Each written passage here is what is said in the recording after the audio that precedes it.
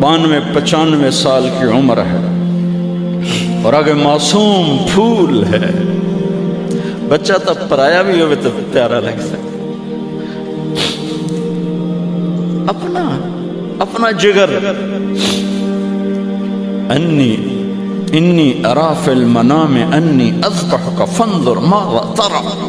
بیٹا تیرے ذبح کا حکم آ چکا ہے، کیا کہتے ہیں؟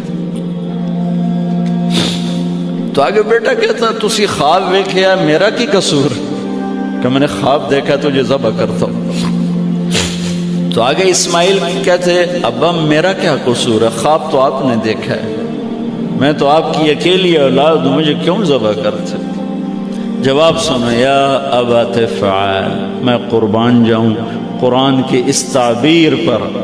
اسماعیل علیہ السلام کے جذبات کو دو لفظ، یا ابا تفعل، یا ابت افعل، کیا تسلیم و رضا ہے. ترجمہ جو بھی ہے، فرمایا دیر کیوں کر رہے ہو.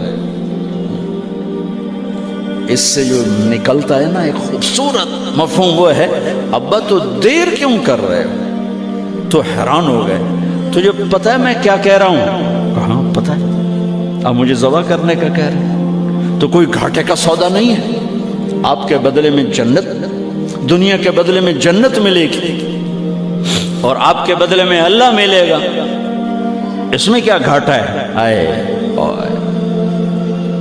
خیال پیچھے چلا گیا ماں کی طرف، کہنے لگے ہاں میری ماں نو بڑا دکھ ہوئے. تو پھر اپنا کرتا اتارا، کعبہ یہ کرتا میری ماں کو دے دینا،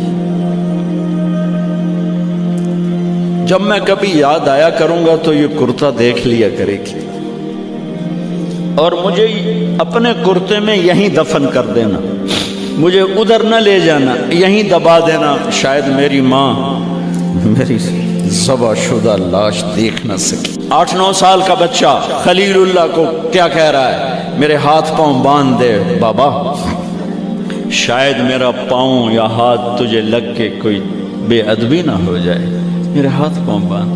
مجھے الٹا لٹانا، سیدھا نہ لٹانا، کہیں آنکھوں میں آنکھیں پڑیں اور تیرا دل نرم ہو جائے، تیرا ہاتھ نہ کمب جاوے، میرے رب دے امر اچ دیر نہ ہو جاوے. ان کو ماننے والی امت کہے سود کے بغیر گزارا نہیں، جھوٹ کے بغیر گزارا نہیں، ملاوٹ کے بغیر گزارا نہیں، رشوت کے بغیر گزارا. آگ لگا دو اپنی تاریخ کو، جاؤ جو مرضی کرو، جو مرضی گندگی کھانی ہے کھاؤ، اللہ کی جنت جہنم کو بھلا دو، جو کرنا ہے کرو، لیکن تمہارے بھلانے سے حقائق نہیں مٹ سکتے. جنت بھی ہے، جہنم بھی ہے، اور حلال حرام پہ فیصلے بھی ہیں. ابراہیم علیہ السلام نے ہاتھ باندھے، پاؤں باندھے. یہ کوئی بکرے دے ہاتھ پیر تو نہیں بننے جا رہے، پتر دے ہاتھ پیر بننے جا رہے ہیں. الٹا لٹایا، ایک ہاتھ میں چھری، ایک ہاتھ میں سر کے بال، گوڈا کنڈ پہ رکھے، گھٹنے کو کمر پہ رکھا، یوں بال پکڑے اور چھری، اور ایسے یوں آسمان کو دیکھا. فرمایا یا اللہ تو مجھ سے ناراض ہو گیا، یا اللہ تو مجھ سے ناراض ہو گیا